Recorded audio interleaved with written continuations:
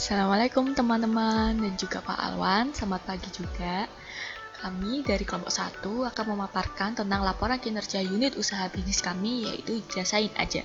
Sebelumnya, perkenalkan nama saya Naura Siva Salsabila, NIM 19176 dan Debbie Anggraina, NIM 19121. Untuk lebih jelasnya kita check it out. Jasain Aja itu merupakan unit usaha yang bergerak di bidang jasa desain dan juga jasa turnitin. Mengapa kami memilih jasa ini? Karena yang pertama, desain itu bukan hanya tentang bagaimana kita mengkomunikasikan visi dan misi bisnis kepada pihak stakeholder dan shareholder, tapi juga dalam dunia bisnis itu brosur bisnis, pamflet, papan nama, buku majalah, juga katalog itu sudah menjadi suatu keharusan bagi branding perusahaan. Desain grafis itu memegang peranan penting dalam dunia bisnis karena kenapa? Keberhasilan atau kegagalan suatu usaha itu dilihat dari bagaimana mereka membranding, bagaimana mereka mempromosikan, bagaimana mereka memasarkan produk mereka. Logo yang dirancang baik contohnya ya, itu memiliki potensi yang menarik lebih banyak pelanggan karena desain logo menghasilkan kesan abadi perusahaan pada pelanggan. Juga alasan lain kenapa kita itu harus mempertimbangkan aspek dari desain dan mengapa kita sangat butuh jasa desain. Yang pertama, desain itu membuat bisnis terlihat bagus. Desain yang indah dapat memberikan kesan pertama yang sangat baik kepada orang-orang tentang perusahaan dan layanannya dengan cara yang positif. Kedua, menciptakan kredibilitas dan profesional. Desain itu membuat bisnis terlihat lebih profesional, menambah kredibilitas layanan desain yang digunakan. Lalu selanjutnya, kenapa kita juga butuh dengan adanya jasa turnitin? Karena yang pertama, latar belakang kami mengadakan jasa turnitin itu karena mempertimbangkan dalam dunia menulis sumber tulisan itu harus benar-benar diperhatikan, apakah itu karya ilmiah, buku, blog, atau berita. Plagiarisme itu sering terjadi di kalangan mahasiswa tentunya ya, karena plagiarisme itu harus menetapkan standar, aturan untuk sebuah karya baik itu tulisan, ide, atau bahkan karya seni.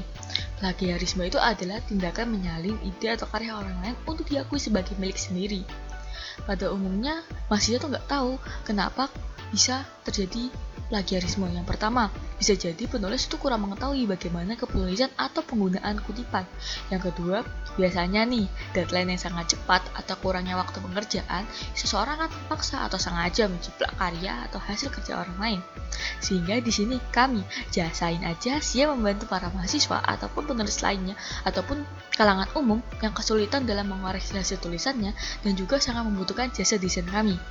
Jasa Inaja ini juga menggunakan aplikasi Turnitin yang berbayar sehingga hasil dari cek plagiarisme terjamin 100%.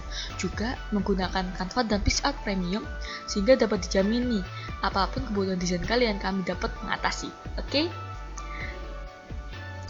Di Jasain Aja, sumber daya manusia yang kami miliki itu hanya sebanyak 2 orang, yakni saya sendiri, Naura Siva, dan juga rekan saya, Debbie Anggraina.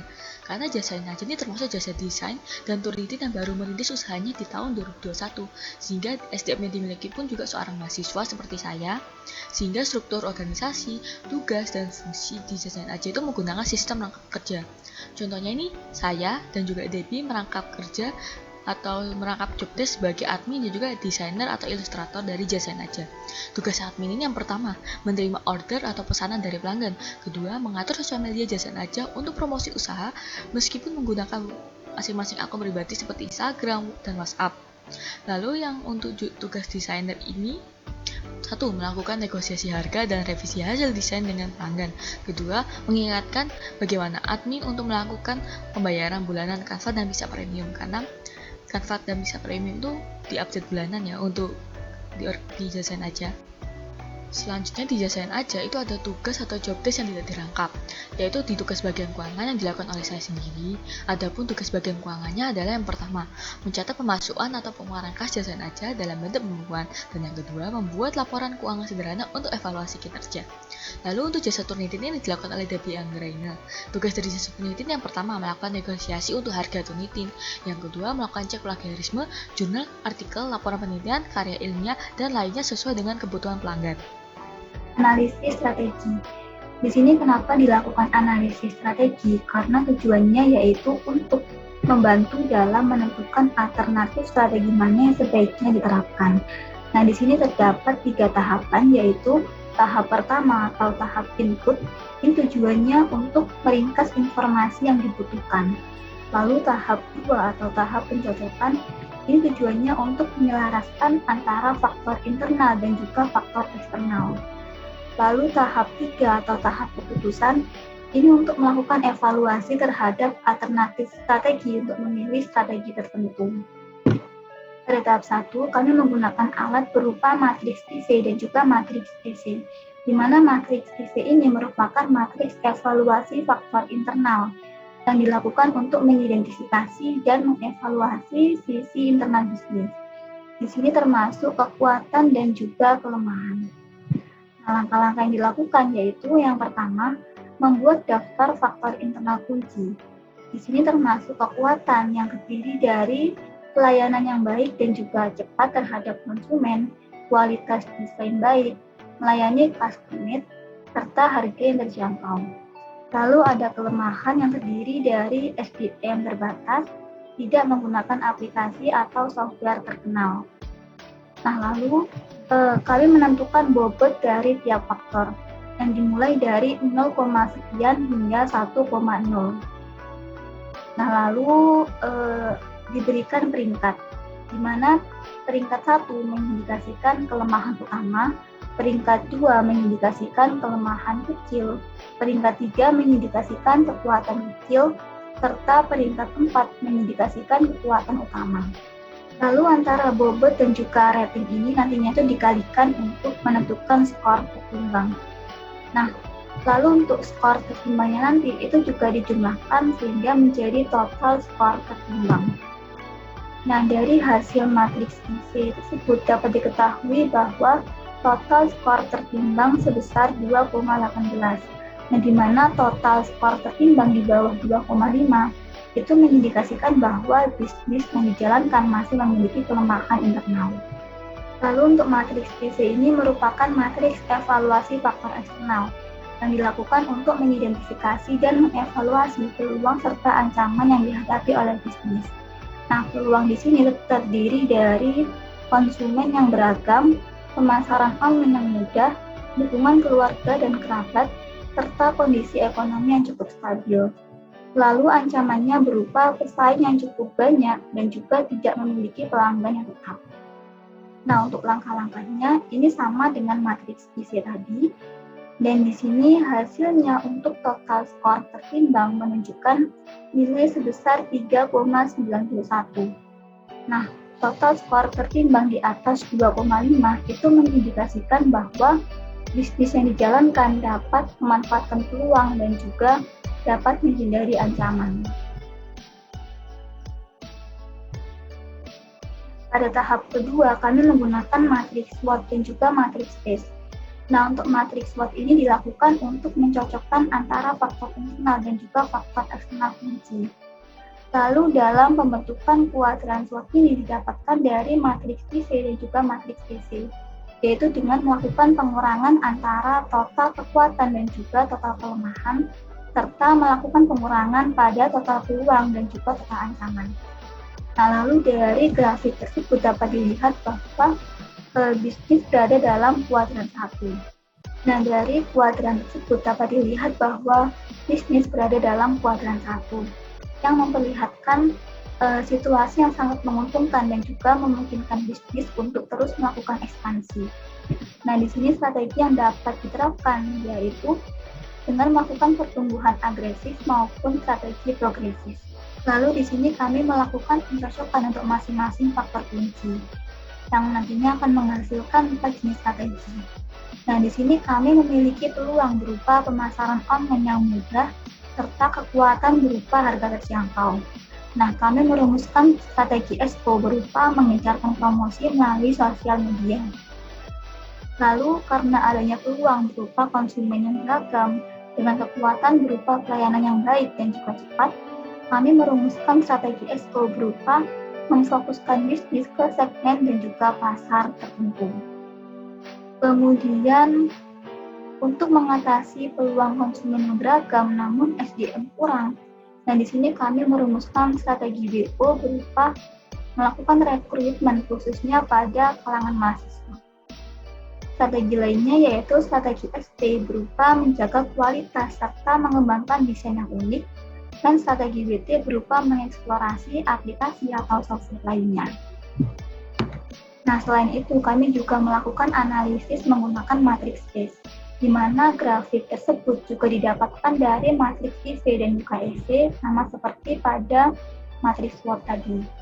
Nah, dari grafik tersebut menunjukkan bahwa bisnis berada pada kuadran agresif.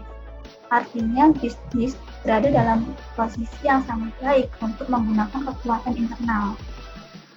Lalu strategi yang dapat digunakan yaitu dengan pengembangan pasar, pengembangan produk, integrasi ke belakang, integrasi ke depan, dan juga diversifikasi. Pada tahap ketiga ini, kami menggunakan CSDM untuk mengidentifikasi strategi alternatif yang terbaik. Nah, untuk langkah-langkahnya yaitu yang pertama, membuat daftar peluang, ancaman, kelemahan, dan juga kekuatan kunci. Lalu yang kedua, memasukkan bobot untuk setiap faktor kunci. Lalu yang ketiga, mengidentifikasi strategi alternatif yang sebaiknya dipertimbangkan untuk digunakan. Lalu yang keempat, menentukan skor daya tarik. Yang kelima, menghitung skor daya tarik total. Yang kelima, menghitung skor daya tarik total. Lalu yang keenam, menghitung jumlah skor daya tarik total. Nah, di sini alternatif strategi yang dipertimbangkan untuk digunakan yaitu yang pertama ada mengejarkan promosi pada sosial media. Lalu yang kedua yaitu melakukan pengembangan desain yang lebih unik, kreatif, dan sesuai dengan keinginan konsumen. Lalu dari QSPM tersebut dapat dilihat bahwa skor daya tarik total yang paling tinggi itu berada pada alternatif pertama, yaitu mengejarkan promosi pada sosial media. Di sini menunjukkan bahwa strategi tersebut lebih menarik untuk diterapkan, sehingga kami akan menggunakan strategi mengejarkan promosi pada sosial media dalam pengembangan usaha. Rencana strategis. Nah, di sini merupakan implementasi langkah-langkah strategi dalam rangka mencapai target yang sudah ditentukan. Nah, di sini ada beberapa rencana strategi yang sudah dirumuskan, yaitu yang pertama, menggencarkan pemasaran. Tujuannya yaitu untuk mencapai kenaikan penjualan. Nah, dengan menggencarkan pemasaran, diharapkan dapat menjangkau pasar-pasar yang lebih luas. Nah, kemudian ada dua jenis pemasaran yang kami lakukan, yaitu pemasaran menggunakan media sosial seperti pada WA dan juga Instagram. Lalu pemasaran dari mulut ke mulut pada ruang lingkup kalangan mahasiswa. Yang kedua yaitu membuat desain yang lebih unik. Nah, di sini karena salah satu kelemahan dari usaha kami yaitu memiliki banyak pesaing di bidang yang sama, sehingga salah satu strategi yang kami lakukan untuk menghadapinya yaitu dengan melakukan eksplorasi pada desain-desain baru untuk menciptakan kebaruan pada desain yang kami tawarkan. Nah, kemudian untuk mendukung strategi ini, kami mengikuti webinar maupun workshop tentang desain, lalu melakukan riset tentang model desain yang sedang diminati saat ini, lalu melakukan pembaruan secara berkala pada aplikasi dan juga software yang digunakan, dan juga melakukan eksplorasi pada aplikasi dan juga software desain grafis. Nah, yang ketiga yaitu meningkatkan layanan terhadap konsumen. Tujuannya yaitu untuk menjaga kepuasan konsumen terhadap jasa yang ditawarkan. Karena di sini pada usaha jasa itu sangat penting untuk memperhatikan kepuasan konsumen, karena kepuasan konsumen akan mempengaruhi loyalitas dari konsumen tersebut. Dan semakin baik layanan yang diberikan, maka konsumen akan semakin loyal, dan juga sebaliknya. Nah, lalu yang kami lakukan untuk mencapai tujuan tersebut yaitu dengan melakukan survei kepada konsumen secara berkala, lalu dengan melakukan evaluasi dari hasil survei dan juga hasil review yang diberikan oleh konsumen, lalu melakukan pelayanan yang ramah dan juga menanggapi keluhan konsumen dengan sebaik mungkin. Nah, kemudian di sini kami juga merumuskan beberapa rencana aksi untuk mendukung pencapaian target. Terdiri dari ada LA1 yaitu pemasaran produk. Nah, di sini tujuannya yaitu menjangkau pangsa pasar yang lebih luas, menarik minat berbagai kalangan masyarakat, dan juga untuk meningkatkan penjualan. Nah, sasarannya di sini yaitu pada media sosial berupa WA dan juga Instagram, lalu dari mulut ke mulut. Kemudian untuk targetnya sendiri yaitu dilakukan secara berkala minimal 2 kali dalam seminggu. Lalu yang kedua ada paid promote. Tujuannya yaitu untuk menjangkau pangsa-pasar yang lebih luas, menarik minat berbagai kalangan dan masyarakat, dan juga meningkatkan penjualan. Nah, lalu sasarannya di sini yaitu pada organisasi atau kepanitiaan dari suatu acara yang menawarkan jasa paid promote. Lalu targetnya itu dilakukan secara berkala minimal 2 kali dalam setahun. Lalu yang ketiga ada mengikuti webinar maupun workshop tentang desain. Tujuannya untuk meningkatkan keahlian dalam bidang desain dengan sasaran yaitu webinar maupun workshop dari mana saja yang berkaitan tentang desain, baik gratis maupun berbayar. Dengan target yaitu secara berkala minimal 2 kali dalam setahun. Lalu yang keempat ada melakukan kebaruan pada aplikasi maupun software yang digunakan. Tujuannya yaitu menjaga alat yang digunakan agar tetap up to date. Lalu sasarannya yaitu aplikasi maupun software desain berbasis, baik yang digunakan maupun yang berpotensi untuk digunakan. Dan targetnya yaitu aplikasi dan software yang digunakan berada pada posisi yang prima dan juga up to date setiap triwulan. Kemudian yang kelima yaitu melakukan survei tingkat kepuasan konsumen. Tujuannya yaitu untuk memastikan layanan yang diberikan sudah sesuai dengan keinginan konsumen. Lalu sasarannya yaitu konsumen yang pernah menggunakan jasanya saja. Dan targetnya yaitu setiap pelanggan yang menggunakan jasa pada akhir transaksi. Lalu survei dilakukan setiap 3 bulan. Di dalam melakukan pengukuran kinerja atau membuat laporan kinerja usaha Jasen Aja, metode yang kami gunakan adalah dengan mengumpulkan data kinerja berupa data keuangan dan realisasi anggaran, serta informasi lain terkait dengan pencapaian kinerja yang dilakukan oleh Jasen Aja. Pengukuran kinerja dilakukan dengan membandingkan pencapaian kinerja dengan sasaran kinerja dan anggaran yang ditetapkan Jasen Aja. Berdasarkan hasil pengukuran kinerja di atas, pencapaian setiap indikator kinerja dinilai juga untuk mengidentifikasi faktor-faktor yang mendukung keberhasilan dan juga hambatan atau permasalahan dalam pencapaian kinerja. Seperti lihat di slide ya, ini ada tabel capaian kinerja Jasen Aja di tahun 2021 dan juga di tahun 2022. Berdasarkan tabel di atas terkait capaian kinerja Jasen Aja selama tahun 2021-2022 dapat dilihat bahwa RA1 pemasaran produk tahun 2022 yang dilakukan dengan secara berkala 2 kali dalam seminggu terrealisasi 24 kali atau 50% dibandingkan tahun 2021 yang terrealisasi 48 kali atau 100%. RA2 paid promote tahun 2022 yang dilakukan secara berkala 2 kali dalam setahun tidak terrealisasi dibandingkan tahun 2021 yang terrealisasi 1 kali atau 50%.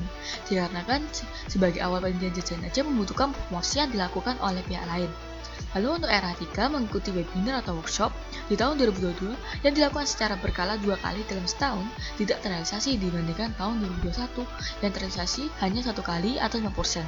RA4 melakukan kebaruan pada aplikasi maupun software yang digunakan pada tahun 2022 yang dilakukan secara triwulan terrealisasi 1 kali atau 20% dibandingkan tahun 2021 terrealisasi 2 kali atau 50%. Sedangkan RA5 itu melakukan survei tingkat kepuasan konsumen pada tahun 2022 yang dilakukan secara triwulanan tidak terrealisasi dibandingkan tahun 2021 yang terrealisasi 2 kali atau 50%.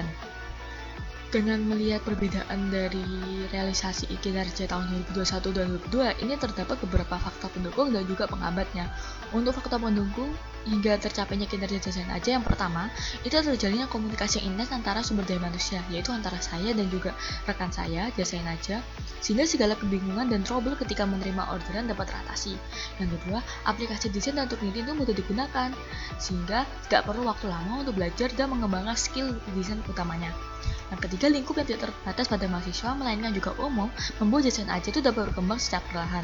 Namun, untuk faktor penghambatnya, pertama, dikarenakan SDM Jasen Aja ini merupakan kalangan mahasiswa sehingga seringkali kesulitan membagi waktu antara kuliah, menerima pesanan, dan juga waktu luang bersama teman atau keluarga.